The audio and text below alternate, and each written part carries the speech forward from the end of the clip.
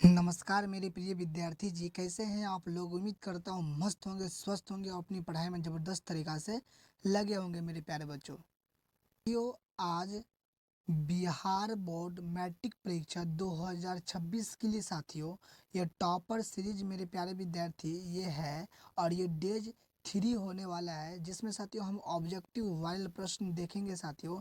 और हिस्ट्री का चैप्टर ये 3 होने वाला है, जिसका नाम है हिंद चीन में राष्ट्रवाद, जो पेपर में डायरेक्ट छपने वाले हैं मेरे प्यारे बच्चों, और एग्ज़ाम में कंफर्म है 100% कि ये आएगा साथियों। तो सबसे पहले इस वीडियो को आप लोग शेयर कर दीजिए दबा करके मेरे प्यारे बच्चों, हर एक ग्रुप में शेयर कीजिए ताकि सभी तक पहुंच सके साथियों। स्टार्ट कीजिए मेरे प्यारे बच्चों, शेयर कीजिए फटाफट।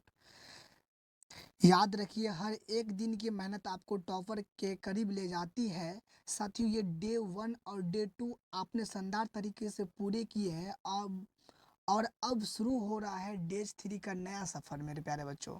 सपनों को पूरा करने के लिए नींद नहीं, मेहनत चाहिए। सपनों को पूरा करने के लिए नींद नहीं, मेहनत चाहिए। किस्मत पर नहीं, कर्म पर भरोसा रखिए और यही सोच आपको टॉपर बनाएगी।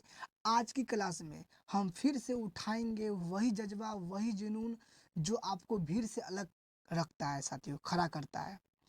यहाँ पढ़ाई होगी दमदार तरीके से, हर सवाल होगा आसान और हर बच्चा कहेगा yes I can do it. तो बच्चों तैयार हो जाइए, अपनी कॉपी पेन लेकर बैठ जाओ, क्योंकि यह सिर्फ क्लास नहीं, यह है टॉपर बनने की वर्कशॉप। चलिए शुरू करते हैं टॉपर सीरीज साथियों, स्टडी ऑनलाइन क्लास का ये डे 3 होने वाली साथियों, जहां बनेगी आपकी सफलता की कहानी मेरे प्यारे बच्चों। तो शुरू करते हैं आज की क्लास को साथियों। और पहला प्रश्न मेरे प्यारे बच्चों, आप लोगों को जिन प्रश्न का आंसर पता हो कमेंट बॉक्स में देते चलिएगा साथियों। प्रश्न एक है, दक्षिण वियतनाम में किसकी प्रथम सरकार थी? हो ची मिन्ह का, बाओ दाई का, न्यू दी दियम का, हिरासु का साथियों। तो दक्षिण वियतनाम में किसकी सरकार थी साथियों? तो बाओ दाई की थी, यानी ऑप्शन नंबर बी करेक्ट हो जाएगा मेरे प्यारे बच्चों। अगर आप चाहते हैं इस क्लास का पीडीएफ लेने के लिए तो आप ज्वाइन हो सकते हैं स्टडी ऑनलाइन साथियों, ऑनलाइन क्लासेज को, जहाँ पे आपको क्लास का पीडीएफ प्रोवाइड कराई जाएगी मेरे प्यारे बच्चों। तो चलिए प्रश्न दो को देखते हैं मेरे साथियों। टोकिन फ्री स्कूल कहाँ स्थापित किया गया? मोस्ट वांटेड प्रश्न है मेरे प्यारे बच्चों, कि कंबोडिया में, फ्रांस में, लाओस में, वियतनाम में। तो टोकिन फ्री स्कूल कहाँ स्थापित किया गया मेरे प्यारे बच्चों? तो वियतनाम में किया गया था, यानी ऑप्शन नंबर डी करेक्ट हो जाएगा। अगला प्रश्न को देखते हैं। पोडसडम की घोषणा के बाद किसने मेरे प्यारे बच्चों, तो बताना है आप लोगों को फ्रांस, जापान, वियतनाम, भारत। तो पोडसडम की घोषणा के बाद किसने आत्मसमर्पण किया मेरे प्यारे बच्चों? तो जापान किया था, यानी ऑप्शन नंबर बी करेक्ट हो जाएगा। नेक्स्ट प्रश्न को देखेंगे। नेक्स्ट प्रश्न साथियों 4 है, हिंद चीन क्षेत्र में कौन से देश आते हैं? चीन, वियतनाम, लाओस। हिंद चीन Vietnam Cambodia, Vietnam Laos, Cambodia Vietnam चीन, थाईलैंड। तो चीन, हिंद चीन क्षेत्र में कौन सा देश आते हैं साथियों? तो कंबोडिया आते हैं, वियतनाम आता है, लाओस आता है, यानी ऑप्शन नंबर यहाँ पे सी सही हो जाएगा साथियों। और अगला प्रश्न को देखते हैं मेरे प्यारे बच्चों। 5 है, अंकोरवाट का मंदिर कहाँ स्थित है? साथियों आप लोग लिख करके ले लीजिए कि सर बताए थे, ये एमबीबीआई प्रश्न है और आपके 2026 के एग्जाम में 110% एग्जाम में आएगा मेरे प्यारे बच्चों। तो अंकोरवाट का मंदिर कहाँ स्थित है? वियतनाम में है कि थाईलैंड में है कि लाओस में है कि कंबोडिया में है?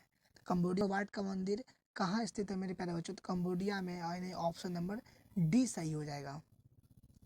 अगला प्रश्न को देखते हैं मेरे साथियों। अगला प्रश्न 6 है, हिंद चीन पहुंचने वाले प्रथम व्यापारी थे? इंग्लैंड वासी था, फ्रांसीसी था, पुर्तगाली था, डच था?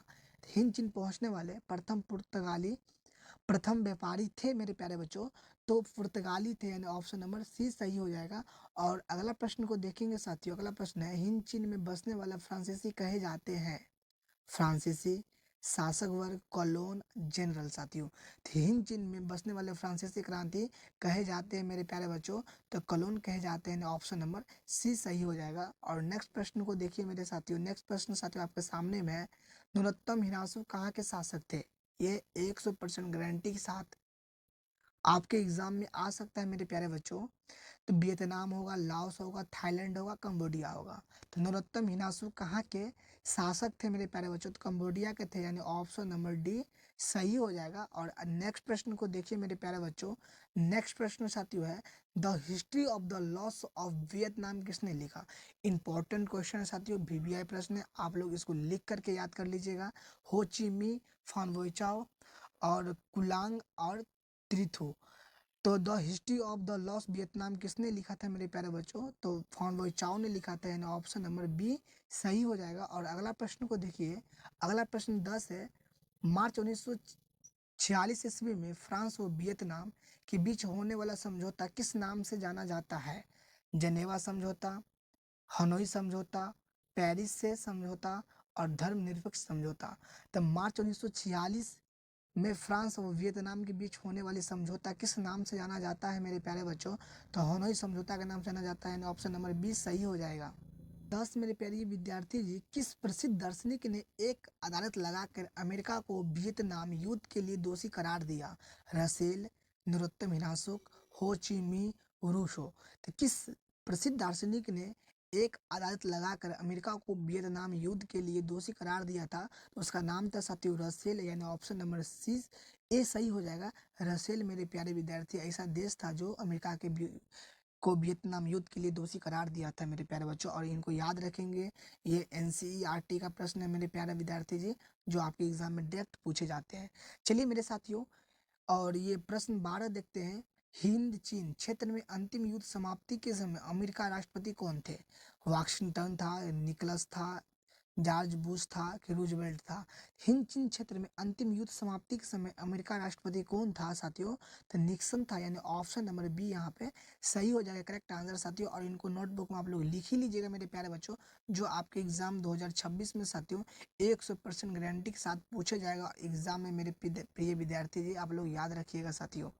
बच्चों, आप लोग को प्रश्न 13 का जवाब देना है। हुआ हुआ आंदोलन किस प्रकृति का था? साथियों एमबीबीआई प्रश्न है, आप लोग नोटबुक में इनको जरूर लिखिए साथियों। क्रांतिकारी था, धार्मिक था, साम्राज्यवादी समर्थक था, क्रांतिकारी धार्मिक था? तो हुआ आंदोलन किस प्रकार का प्रवृत्ति का था मेरे प्यारे विद्यार्थी? तो क्रांतिकारी धार्मिक था, यानी ऑप्शन नंबर डी सही हो जाएगा। और नेक्स्ट प्रश्न को देखेंगे मेरे प्रिय विद्यार्थी जी। नेक्स्ट प्रश्न है, जेनेवा समझौता कब हुआ था? 1954 में, 1960 में, 1950 में, 1946 में? तो जेनेवा समझौता मेरे प्रिय विद्यार्थी जी कब हुआ था? तो 1954 में हुआ था, ऑप्शन नंबर ए सही हो जाएगा। 1954 मेरे प्रिय विद्यार्थी जी, 1954 ईस्वी में। अगला प्रश्न को देखेंगे मेरे साथियों। अगला प्रश्न है, उत्तरी एवं दक्षिणी वियतनाम एकीकरण कब पूर्ण हुआ? उत्तरी एवं दक्षिणी वियतनाम का एकीकरण कब पूर्ण हुआ? 1970 में, 1980 में, 1979 में, 1975 में मेरे प्रिय विद्यार्थी जी। उत्तरी एवं दक्षिणी वियतनाम का एकीकरण कब पूर्ण हुआ था मेरे प्रिय विद्यार्थी जी? तो 1975 में हुआ था, यानी ऑप्शन नंबर डी से हो जाएगा 1975 मेरे प्रिय विद्यार्थी जी। और अगला प्रश्न को देखेंगे। अगला प्रश्न है मेरे साथियों 16, अनामी दल के संस्थापक कौन था? ये मोस्ट एग्जाम के लिए इंपॉर्टेंट है मेरे प्रिय विद्यार्थी जी, आप लोग याद रखेंगे। जोनगुन आई, हो ची मी, बाओ दाई, फान वोई चाओ साथियों। तो आपको बताना है कि अनामी दल के संस्थापक कौन है मेरे प्रिय विद्यार्थी जी? तो जोनगुन आई था, इन ऑप्शन नंबर ए सही हो जाएगा साथियों। और अगला प्रश्न को देखेंगे मेरे प्रिय विद्यार्थी जी। दुयेन वियन फू के युद्ध में कौन बुरी तरह हार गया मेरे साथियों? ये इंपॉर्टेंट प्रश्न है, आप लोग इनको याद रखिएगा। पुर्तगाल, फ्रांस, कंबोडिया, अमेरिका? तो डीएन बीएन फू के युद्ध में कौन बुरी तरह हार गया था मेरे साथियों? तो फ्रांस बुरी तरह हार गया था, यानी ऑप्शन नंबर बी सही हो जाएगा मेरे प्रिय विद्यार्थी जी। और अगला प्रश्न को देखेंगे। अगला प्रश्न 18 है, क्रांतिकारी संगठन दुई तान हुई के नेता कौन थे? फॉन वही चाओ, हो ची मिही, कुआंग दे और सुवन फुमा? तो क्रांतिकारी संगठन दुई तान हुई के नेता कौन थे मेरे प्रिय विद्यार्थी जी? तो दुई आंग दे था, यानी ऑप्शन नंबर सी सही हो जाएगा।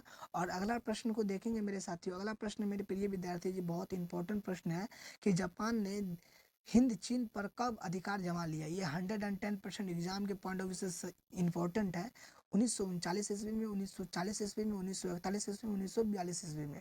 तो जापान ने हिंद चीन पर कब अधिकार जमा लिया था मेरे प्रिय विद्यार्थी जी?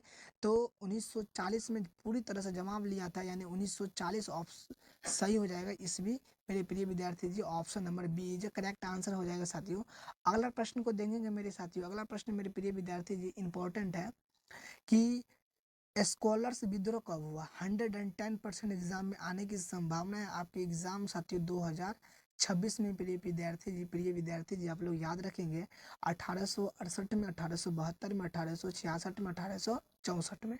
विद्रोह कब हुआ था मेरे प्रिय विद्यार्थी जी? तो 1868 ईस्वी में हुआ था, यानी ऑप्शन नंबर ए सही हो जाएगा 1868 मेरे साथियों। अगला प्रश्न को देखेंगे। अगला प्रश्न 21 है, इंपॉर्टेंट है। वियतनाम में टॉकिन फ्री स्कूल की स्थापना कब हुई? इंपॉर्टेंट क्वेश्चन है, आप याद रखेंगे 1907 ईस्वी में, 1908 ईस्वी में, 1910 ईस्वी, 1911 ईस्वी में साथियों। तो वियतनाम में टॉकिन फ्री स्कूल की स्थापना कब हुई थी मेरे प्रिय विद्यार्थी जी? तो 1907 ईस्वी में हुआ था, यानी ऑप्शन नंबर ए सही हो जाएगा 1907 ईस्वी मेरे प्रिय विद्यार्थी जी। अगला प्रश्न को देखेंगे। अगला प्रश्न मेरे प्रिय विद्यार्थी जी, प्रश्न थोड़ा ही नीचे हो गया है। प्रश्न है, अंकोरवाट का मंदिर का निर्माण किस शासक के द्वारा करवाया गया साथियों? तो सूर्य वर्मन द्वितीय के द्वारा, नरोत्तम इनाशुक के द्वारा, कुआंग के द्वारा, इनमें से कोई नहीं मेरे प्यारे बच्चों। तो अंकोरवाट का मंदिर का निर्माण किस शासक के द्वारा करवाया गया था मेरे प्रिय विद्यार्थी जी? तो सूर्यवंशम द्वितीय के द्वारा करवाया गया था, यानी ऑप्शन नंबर ए सही हो जाएगा सूर्यवंशम द्वितीय। अगला प्रश्न को देखेंगे मेरे साथियों। अगला प्रश्न है, कंबोडिया की राजधानी कहाँ है? हनोई है, नॉप पेन है, कि बैंकॉक है, कि ओटोकवा है? तो कंबोडिया की राजधानी मेरे प्रिय विद्यार्थी जी कहाँ है? तो नोह पे है, यानी ऑप्शन नंबर बी सही हो जाएगा। और नेक्स्ट प्रश्न मेरे प्रिय विद्यार्थी जी, नेक्स्ट प्रश्न साथियों है कि 24 बाओ दावी की सरकार कहाँ थी? 110% एग्जाम में आने की संभावना है साथियों। उत्तरी वियतनाम, दक्षिणी वियतनाम, कंबोडिया, होनई। तो बाओ दाई की सरकार कहाँ थी मेरे प्रिय विद्यार्थी जी? तो दक्षिणी वियतनाम में था, यानी ऑप्शन नंबर बी सही हो जाएगा मेरे प्रिय विद्यार्थी जी। और आप लोग को बताना है कि आप लोग का 24 में आप लोग का प्रश्न कितना अभी तक सही हुआ है, कमेंट बॉक्स में जरूर बताइएगा साथियों, ताकि हम देख सकेंगे आप लोग का कितना सही हुआ। और जिन भी स्टूडेंट का 20+ सही है उनका तैयारी 100% एकदम मस्त तैयारी है साथियों। इसी प्रकार हमारे साथ रोज रात 8 बजे जुड़िए, अपनी तैयारी को मजबूत कीजिए। और इस क्लास का साथियों लास्ट प्रश्न जो आप लोग को कमेंट बॉक्स में इसका जवाब देना है मेरे साथियों, कि निम्न में से क्या पोर्टसडम की घोषणा का उद्देश्य था साथियों? जापान का आत्मसमर्पण था, अमेरिका का आत्मसमर्पण था, कि वियतनाम की स्वतंत्रता था, कि जर्मनी का एकीकरण था? इन प्रश्न का साथियों आंसर आप लोगों को कमेंट बॉक्स में देना है साथियों। और जिनका 100% सही जवाब होगा मेरे साथियों, उनका कमेंट पे साथियों आप लोग का रिप्लाई किया जाएगा मेरे प्रिय विद्यार्थी जी। तो आप लोग तैयार रहिए कमेंट बॉक्स में कमेंट करने के लिए साथियों, और सही जवाब करने के लिए साथियों। मिलते हैं नेक्स्ट वीडियो में साथियों। धन्यवाद साथियों। पढ़ते रहिए, हंसते रहिए, मुस्कुराते रहिए, और अपने माता पिता का नाम रोशन करते रहिए साथियों। और बताना है कि आप लोग को नेक्स्ट क्लास किस सब्जेक्ट पे चाहिए, आप लोग कमेंट बॉक्स में जरूर बताइएगा साथियों। आप लोगों का कमेंट का इंतजार रहेगा साथियों। मिलते हैं नेक्स्ट वीडियो में साथियों। धन्यवाद। पढ़ते रहिए, हंसते रहिए, मुस्कुराते रहिए, अपने माता पिता का नाम रोशन करते रहिए साथियों।